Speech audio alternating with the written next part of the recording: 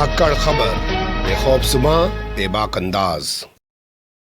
धाकड़ खबर के news room से मैं आपके साथ हूं अकरम रईस खान। जब उत्तर प्रदेश के सहारनपुर जिले के शब्बीरपुर गांव में अगड़ी जाति से ताल्लुक रखने वाले या सीधे तौर पे कहा जाए कि राजपूत जाति से ताल्लुक रखने वाले लोग दलित समाज को मारते पीटते हैं, उनके घरों में आग लगा देते हैं, तब किसी भाजपाई का खून नहीं खोलता है, ना ही कलेजा पसीजता है। जब हाथरस के अंदर दलित समाज की उस बेटी के साथ दरिंदगी की जाती है, सीबीआई चार्जशीट कर चुकी है ना, उसकी हत्या कर दी जाती है गैंगरेप के बाद, तब किसी भाजपाई का कलेजा नहीं पसीजता। जब उन्नाव में दलित के साथ कुछ होता है तब कलेजा नहीं पसीजता, और इसके अलावा जब जब दलितों के साथ कुछ होता है तब तब भाजपाइयों का कलेजा नहीं पसीजता। लेकिन जहां दलितों का टकराव मुसलमानों के सामने होता है, वहां भाजपाइयों का खून भी खोलने लगता है और भाजपाइयों का कलेजा भी पसीज जाता है। आजकल आप देख रहे होंगे उत्तर प्रदेश के अलीगढ़ जिले के नूरपुर गांव में क्या चल रहा है। यही हाल भोपू मीडिया और उसके दलाल चाटुकार दंगाई पत्रकारों का हो चुका है कि मुसलमानों की कोई एक ऐसी तस्वीर सामने आ जाए, बस उसके बाद वो भूल जाता है तमाम चीज़ों को और अपनी नफरत का राग अलापने लग जाता है, क्योंकि आजकल उसको यही काम दिया गया है और इसी के दम पर उसकी तमाम दुकानदारी चल रही है। जयपुर के अंदर एक शख्स से समाज सेवी थे जाने माने, उनका इंतकाल हो गया, वो इस दुनिया में नहीं रहे, तो उसके बाद उनकी तदफीन में उनके जनाजे में हज़ारों की भीड़ उमड़ पड़ी। बस इस बात को लेकर भोंपू मीडिया के दलाल चाटुकार दंगाई पत्रकारों ने अपना नंगापन दिखाया। लेकिन मैं तस्वीर तो आपके सामने रखूंगा ही, इसके साथ ही दो तस्वीरें बाकायदा वीडियो की शक्ल में आपके सामने रखूंगा कि एक जगह भाजपा का विधायक किस तरीके से अपना जो है पूरा कोरोना गाइडलाइन का पालन करते हुए दिख रहा है, कितने शानदार तरीके से कर रहा है। दूसरी जगह एक पुलिस का दरोगा, वो कितने शानदार तरीके से जो है गाइडलाइन का पालन कर रहा है। ये तो पालन ही करते हैं ना, इन पर सवाल उठाना तो गलत है, क्योंकि मीडिया की हालत ये बन चुकी है। तो उन दोनों तस्वीरों को देखिएगा और मीडिया जो दिखा रहा है उसको ज़रूर देखिएगा, फिर सोचिएगा कि क्या इस मीडिया ने ये मान नहीं लिया है कि जो भारत का हिंदू है वो इसी बात में खुश हो रहा है कि अच्छा मुसलमान की बैंड बज रही है। वो कहावत है ना हमारे यहाँ पश्चिम उत्तर प्रदेश के अंदर कि मेरी दीवार गिरी तो गिरी, पड़ोसी का कटड़ा तो मर गया ना, मुझे अपनी दीवार गिरने का गम नहीं है, उसका कटड़ा मर जाना चाहिए। क्या ऐसा नहीं है? क्या आपको ये सब नहीं सोचना चाहिए? अगर नहीं सोचना चाहिए तो कुछ चीज़ें देख लीजिए। ये जी राजस्थान की खबर है जो मैं आपके सामने स्क्रीन पे रख रहा हूँ, फिर इनका बोलता हुआ वीडियो भी आपके सामने रखूंगा। इस खबर को जरा पढ़िएगा। जयपुर में कोविड गाइडलाइन का निकला जनाजा, शब्द क्या इस्तेमाल किया जा रहा है? जयपुर में कोविड गाइडलाइन का निकला जनाजा, ये शब्द इस्तेमाल किया जा रहा है हेडलाइन के अंदर। टाइम्स नाउ इसकी हेडलाइन देख लीजिए। तो ऐसे थमेगा कोरोना संक्रमण, ये टाइम्स नाउ लिख रहा है और आगे लिख रहा है कांग्रेस के 2 विधायक और पुलिस की मौजूदगी में जो है उमड़ा जन सैलाब। इसने जनाजा शब्द वगैरह इस्तेमाल नहीं किया, लेकिन इन्हें दिख दिया है जन सैलाब उमड़ पड़ा है। ऐसे कि न्यूज़ 18 इंडिया देश का सबसे बड़ा न्यूज़ नेटवर्क, भाई मुकेश अंबानी का है, थार से बड़ा कौन हो सके भैया। कल देखा होगा संबित पात्रा को आपने टीवी डिबेट में बोलते हुए, अरे आप कैसे कह रहे हैं कि अडानी और अंबानी मालदार हैं? वो तो हमारे से पहले ही मालदार थे। अरे मालदार तो थे, लेकिन आपको किसने कहा था कि बिल्कुल उनके घर के दरवाजे के बाहर खड़े होकर जी हुजूरी करने लग जाइए, हर चीज़ उन्हीं को सौंप दीजिए देश की? ये स्थिति तो नहीं थी। मालदार तो लोग पहले से भी थे। आज़ादी के वक्त भी जब हमारे लोग लड़ाई लड़ रहे थे, उस वक्त बहुत सारे लोग धंधा कर रहे थे, तो क्या वो हमारे देश के नहीं थे? वो भी धंधा कर रहे थे। उनके धंधा करने से कभी किसी को ऐतराज़ हुआ है क्या? लेकिन ये क्या लिखता है न्यूज़ 18 इंडिया, ये आपके स्क्रीन पर रख रहा हूं। जिसकी अपील पर टला था ईद का जुलूस, जरा शब्दों को ध्यान से सुनिएगा फिर कुछ बताऊंगा। जिसकी अपील पर टला था ईद का जुलूस, उसी के जनाजे में जुटे हजारों लोग। अब इस पत्रकार से कोई पूछे, अबे तमीज़दार इतना तो बता कि ईद पे कौन सा जुलूस निकलता है बे? कोई बता सकता है क्या? लेकिन पढ़ते ही नहीं है, पढ़ना तो बस की नहीं रहा ना। ये कहे कि ईद की नमाज टल गई थी, लोगों ने कहा ईदगाह में जाकर नमाज नहीं पढ़ेंगे, लेकिन शब्द क्या लिख रहा है? ईद का जुलूस। ये स्थिति रह गई है इनकी। क्यों रह गई है? क्योंकि आप लोगों को तो कुछ सूझ नहीं रहा है, आप लोग तो इसी में खुश हो जा रहे हैं। अरे वाह क्या बोल दिया, क्या दिखा दिया, लेकिन बोल क्या रहा है, दिखा क्या रहा है, इनकी जबान पकड़ने वाला कोई नहीं है। अब इनके सबके अब्बा यानी कि दैनिक जागरण अखबार का हाल आपके सामने रखते हैं, वहीं से तो तमाम चीज़ें बदलनी शुरू हुई थी। देखिएगा जब आज़ादी के बाद राष्ट्रपिता महात्मा गांधी की हत्या हो गई ना, तो ये जो जनसंघ था, आरएसएस था, ये तमाम लोग थे, इनको लोगों ने अछूत बना दिया था, इनको बगल में खड़ा करना पसंद नहीं करते थे। लेकिन देश के अंदर जब इमरजेंसी लगी और तमाम इनकी पार्टियों को विलय करके जनता पार्टी बना दी और लाल कृष्ण आडवाणी को देश का पहला सूचना प्रसारण मंत्री बनाया गया, अपने मतलब सूचना प्रसारण मंत्री बना पहली बार लालकृष्ण शर्मा, जानते हैं उसने क्या किया? उसी वक्त का प्रोडक्ट है रजत शर्मा, जो आज बैठ के आपकी अदालत सजा के बैठता है।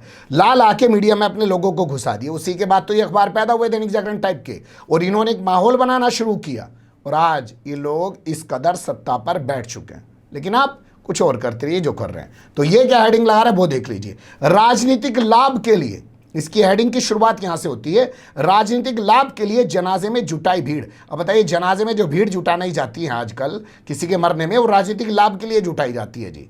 और कौन सा चुनाव हो रहा है भाई राजस्थान के अंदर जो ये राजनीतिक लाभ की बात लिख रहा है? लेकिन लिखने को कौन रोक सकता है? उसके पास अपना संस्थान है, अखबार है, कुछ भी लिख सकता है। कांग्रेस विधायक पर दर्ज हुआ मुकदमा, ये इसकी हेडिंग है। तो राजनीतिक लाभ ये दिखा रहा है आपके सामने, वीडियो की शक्ल में कुछ रखना चाहता हूं। जी न्यूज़ पर ताल ठोक के प्रोग्राम होता है, उसमें उनका एंकर जयपुर की घटना का जिक्र कर रहा है और उससे पहले की 2 घटनाओं का जिक्र कर रहा है। कह रहा साहब फला टाइम फला का निधन हो गया, फला टाइम फला का निधन हो गया, और उस टाइम ऐसे ऐसे भीड़ जुटाई गई, और ये तुष्टीकरण किया जा रहा है। उसकी जबानी सुन लीजिए, फिर आगे आपके सामने 2 तस्वीरें वो रखूंगा जो इन पत्रकारों को दिखाई नहीं दी हैं, पर आप जरूर देखिए। इसको ऐसे समझिए कि देश की लड़ाई का जनाजा निकालने वाली तस्वीरें हैं। ये तस्वीरें राजस्थान से हैं, जहां नियम कायदे कानून की धज्जियां पुलिस पहरे में उड़ी। जी हां, पुलिस के पहरे में। आमतौर पर पुलिस की तैनाती ऐसे लोगों पर सख्ती के लिए होती है, लेकिन ये तस्वीरें जहां राजस्थान के जयपुर में समाज सेवी हाजी रफत के इंतकाल के बाद निकले जुलूस में नियमों, कोरोना गाइडलाइन, लॉकडाउन का जनाजा निकाला गया, वो भी पुलिस बंदोबस्त में। राजस्थान में पहले भी ऐसी तस्वीरें आई हैं। 28 अप्रैल को याद करिए, राजस्थान में मंत्री सालेह मोहम्मद के पिता गाजी फकीर के दुखद निधन के बाद ऐसे ही कोरोना नियमों का जनाजा निकला था। इससे अलावा भी हम जानते हैं राजसमंद इलाके में राजनगर हुसैनी मस्जिद के इमाम की अंतिम विदाई में भी ऐसा ही हुआ था। देख लिया आपने किस तरीके से बात कर रहा है जी न्यूज़ का पत्रकार, और तमाम इस पूरे मामले को सांप्रदायिक रंग देने की कोशिश कर रहा है। यहाँ एक चीज़ ध्यान दीजिएगा कि इसके अलावा भी बहुत सारी ऐसी तस्वीर आई हैं पूरे कोरोना के पिछले साल के दौरान और अब भी, कि हिंदू समाज के लोग अपने परिजनों की लाशें छोड़ के भाग गए और मुस्लिम समाज के नौजवान आ गया है, और उन्होंने राम नाम सत बोलते हुए उनकी अर्थियों को शमशान घाट तक पहुँचाया और उनका अंतिम संस्कार कराया। लेकिन वहाँ नहीं दिखा इसको, यहाँ ज़रूर दिख रहा है। और ये मरने में जुटी हुई भीड़ को जो है ये रंग देने की कोशिश कर रहा है। लेकिन जहाँ जानबूझ के खुशी में भीड़ जुटाई जा रही है, वहाँ इसकी ज़बान बंद हो जा रही है। देख लीजिए, ये तस्वीर महाराष्ट्र से आपके सामने रख रहा हूँ। महाराष्ट्र का एक इलाका है पुणे, पुणे से सटा हुआ एक और इलाका बताया जा रहा है पिंपरी चिंचवड़, ये इलाका बताया जा रहा है। ये वहाँ की महापालिका है, यानी कि एक तरीके से आप कह सकते हैं नगर पालिका है। यहाँ से महेश लांगड़े जो हैं वो बीजेपी के विधायक हैं, भोसरी विधानसभा सीट से बीजेपी के विधायक, और साथ ही वो इस जो नगर पालिका का मैंने नाम लिया जिसका नाम है पिंपरी चिंचवड़, उसके ये पूर्व नगर सेवक भी रह चुके हैं। अब इनकी बेटी का शादी समारोह है साहब, जश्न मना रहे हैं, लोगों ने कंधे पे उड़ा रखा है, हल्दी उड़ाई जा रही है। और यही नहीं, विधायक तो विधायक, इनके नगर पालिका का जो पिंपरी चिंचवड़ नगर पालिका का जो अधिकारी है जिसका नाम हमारे पास है सुनील बेलगांवकर, वो भी यहाँ मौजूद है और ताल मिला रहा है, पूरे कदम ताल कर रहा है, नाच रहा है। देख लीजिए।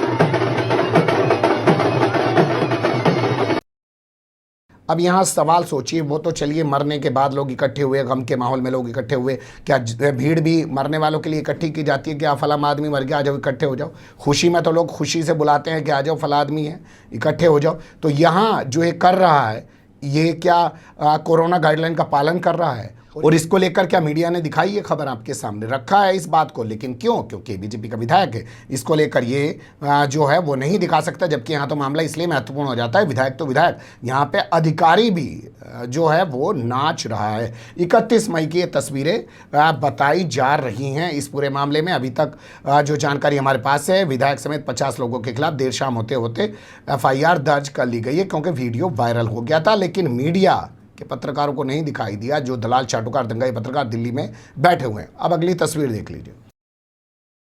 ये तस्वीर उत्तर प्रदेश के कौशाम्बी से आ रही है, जहां आजकल बताया जा रहा है तख्ता पलट होने वाला है, इसको हटा के उसको बैठा देंगे, उसको हटा के उसको अध्यक्ष बना देंगे, तमाम तरीके की प्रक्रिया यहाँ चल रही है।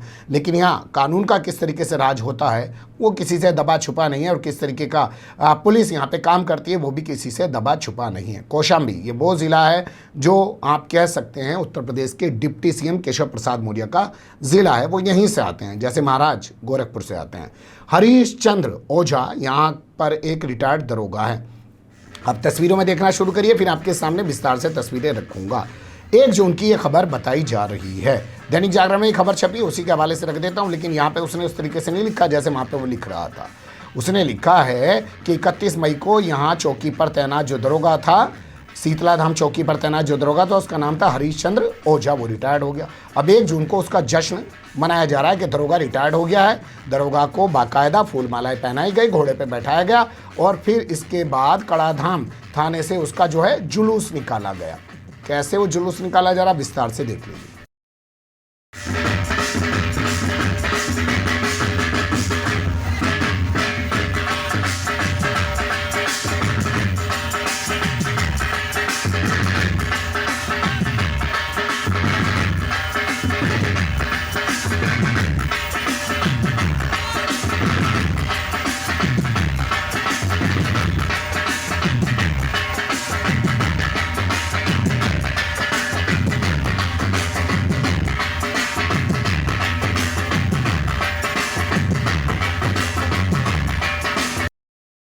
अब मैं आपसे यहाँ 2 सवाल करना चाहता हूँ। पहला सवाल ये कि पुणे में बीजेपी के विधायक ने जिस तरीके से कोरोना गाइडलाइन का उल्लंघन किया और उसके साथ एक अधिकारी भी मौजूद था, वो तस्वीर मीडिया को क्यों नहीं दिखाई दी। दूसरे, उत्तर प्रदेश के कौशाम्बी में दरोगा जिसकी जिम्मेदारी है पुलिस वाले की, ठीक है वो रिटायर्ड हो गया है, उसका काम है गाइडलाइन पालन कराना और करना, वो किस तरीके से धज्जियाँ उड़ा रहा है, ये तस्वीर क्यों नहीं दिखाई दी। जयपुर के अंदर जो एक मुस्लिम जो है बुद्धिजीवी थे, समाज सेवी थे, उनका इंतकाल हो गया, उसके जनाजे में जो भीड़ उमड़ी, वही तस्वीर क्यों दिखाई दी। क्योंकि वो आप लोगों को यही दिखाना चाहते हैं और वो यही सोचे बैठे हैं कि आप यही देख के खुश हैं, इसके अलावा आपको कुछ नहीं चाहिए। बाकी आपके ऊपर छोड़ देते हैं, अभी तो रोटी खाते हैं ना।